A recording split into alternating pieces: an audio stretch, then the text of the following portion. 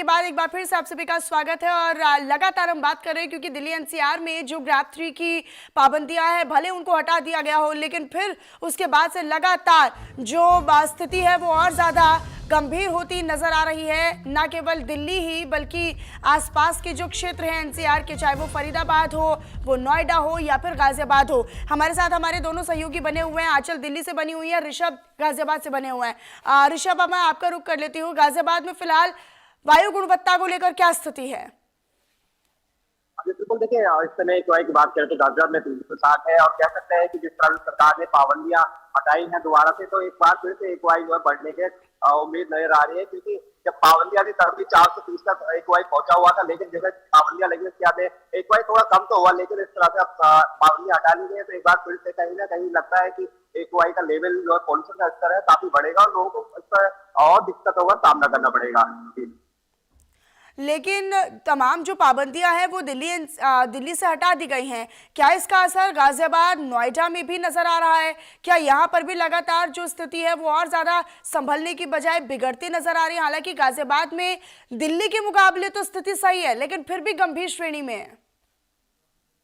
बिल्कुल नहीं, बात गाजियाबाद की करें और एनसीआर की बात करें तो वही हालत गाजियाबाद की है जो एनसीआर की है, क्योंकि दिल्ली से लगा हुआ है और तमाम वही यहाँ फैक्ट्रियां हैं और तमाम तरह की जो बिल्डिंग मटेरियल खुले में रखा रहता है, तो पोल्यूशन तो यहाँ भी काफी है, जिससे लोगों को अच्छे खासी दिक्कतों का सामना करना पड़ा। सेहत के साथ तो उनके खिलवाड़ हो ही रहा है, साथ ही साथ उनकी पॉकेट में भी अलग से एक बोझ पड़ रहा है, क्योंकि लोगों को एयर प्योरीफायर लगाना पड़ रहा है, डॉक्टर की फीस होगी, दवाइयां होगी, मास्क हो गए, जिससे लोगों की जेब पर भी अच्छा खासा फर्क पड़ रहा है। हमारे कई लोगों से बात भी हो तो कुछ लोग तो ऐसे भी हैं जो यहाँ से शिफ्ट होने का ही प्लान कर रहे हैं, क्योंकि उनका कह रहा है कि दिल्ली एनसीआर में रहना है तो जहरीली हवा आपको सहनी पड़ेगी और सेहत के साथ में खिलवाड़ होगा।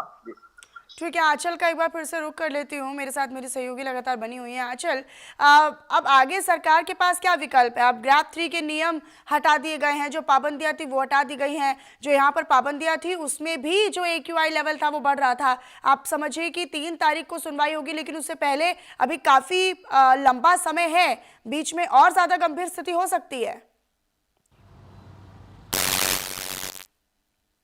आंचल, आवाज़ मिल रही है आपको? कहीं ना कहीं और ज्यादा बढ़ता हुआ दिखाई देगा, क्योंकि पोल्यूशन इसलिए बढ़ेगा कि अभी तक तो केवल देखिए जो पोल्यूशन है उसकी एक लेयर नजर आ रही है हमें एयर के अंदर, लेकिन उसके बाद हम देखेंगे कि हमें जो कोहरा है वो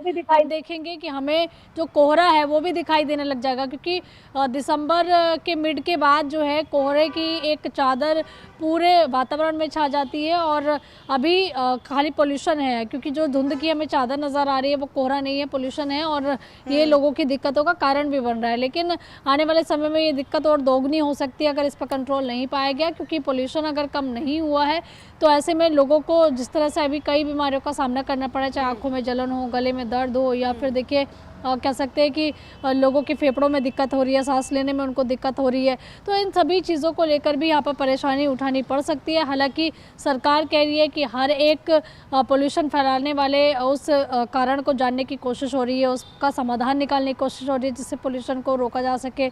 पराली की समस्या को लेकर भी लगातार जो है चाहे हरियाणा हो, पंजाब हो, इनसे भी लगातार जो है वो बातचीत इनकी चल रही है।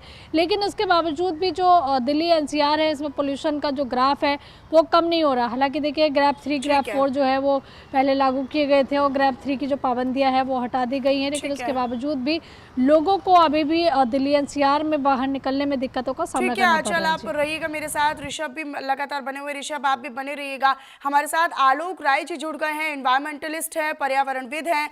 सर, बहुत स्वागत करती हूँ मैं आपका न्यूज़ इंडिया पर। लेकिन ये जो लगातार गंभीर होती स्थिति है इसको आप कैसे देख रहे हैं? सीजीआई अलग टेंशन में है, सुप्रीम कोर्ट अलग इसको लेकर अब सुनवाई कर रहा है, तमाम याचिकाएं हैं, नागरिकों को अलग परेशानियां हो रही हैं। नमस्कार मैम, बहुत बहुत धन्यवाद न्यूज़ इंडिया के प्लेटफॉर्म पे अपनी राय व्यक्त करने का। जो वर्तमान स्थिति में हम ये देख रहे हैं ये एक इमरजेंसी मेजर्स हैं, तो कहीं ना कहीं ये ग्रैब 3 और आप ये देख रहे हैं ये कहीं ना कहीं एक प्रिवेंटिव मेजर्स नहीं है, ये आफ्टर ये प्रॉब्लम आ रही है उसको रोकने का प्रयास है कहीं ना कहीं। तो कहीं एज अ पर्यावरणविद पर्यावरण की समस्या को सॉल्व करने के लिए आपको ऑर्गेनिक तरीकों को बढ़ाने पे कोशिश करना पड़ेगा। क्या छोटे छोटे स्टेप्स हैं जो एज अ दिल्ली एनसीआर को एक कम्युनिटी के रूप में, एक यूनिट के रूप में सरकार, गैर सरकारी संगठन और साथ ही साथ लोग, जो उनको एक ऑनरशिप लेकर के एक मिशन बनाना पड़ेगा कि कैसे हम इसको हम पार कर सकते हैं। अगर बेजिंग इससे इस पोल्यूशन की समस्या से, ये जो अभी हम वर्तमान में एक तरीके से हम बोल सकते हैं कि ये एयर पोल्यूशन महामारी और त्रासदी से भी एक बड़ी समस्या हो गया है, एक हम गैस चैम्बर में रहने को मजबूर हो गए हैं। तो अगर बीजिंग और लॉस एंजलिस और ये लोग इन समस्याओं से पार पा सकते हैं तो एक स्ट्रक्चर्ड प्रोसेस और अप्रोच से हम भी इससे पार पा सकते हैं। कई बार क्या होता है कि ये हमारा अटेंशन तब आता है जब ये नवंबर दिसंबर के महीनों में, जब ये मौसम धीरे धीरे ये वायु प्रदूषण जब फैलता है तब हम उस पर चर्चा करते हैं। बट एज एन एनवायरमेंटलिस्ट ये इंपॉर्टेंट हो जाता है कि ये पूरे साल हम क्या वो काम करने वाले हैं, उसका असर हमें देखने को मिलेगा। अभी इमीडिएट बेसिस पे तो मैम हम ग्रैब 3 हो गया, चाहे ये मेजर्स ही फिलहाल कर सकते हैं। अच्छा, बट आई थिंक अगर सामाजिक तौर पर एक आम नागरिक बदलाव करे तो क्या बदलाव करे? क्योंकि हम तो ये देख रहे थे कि शुरुआत में तो जब दिल्ली एनसीआर में AQI बढ़ रहा था तब हमने देखा था कि पराली जला रहे हैं या किसानी खेती कर रहे हैं उस वजह से है, लेकिन ये तो सेल्फ मेड है, ये तो मैन मेड है पॉल्यूशन। राइट। तो मैम पराली की समस्या का जो हमारे समाधान है, ऑलरेडी बहुत सारे सॉल्यूशंस जो उभर करके आ रहे हैं, कैसे हम उनको सहयोग कर सकते हैं कि पराली से हम कैसे लाइवलीहुड बना सकते हैं। जैसे कुछ संस्थाएं हैं पराली से बायोफ्यूल बनाती हैं जो कि एक अच्छा अल्टरनेट हो जाता है कोल का।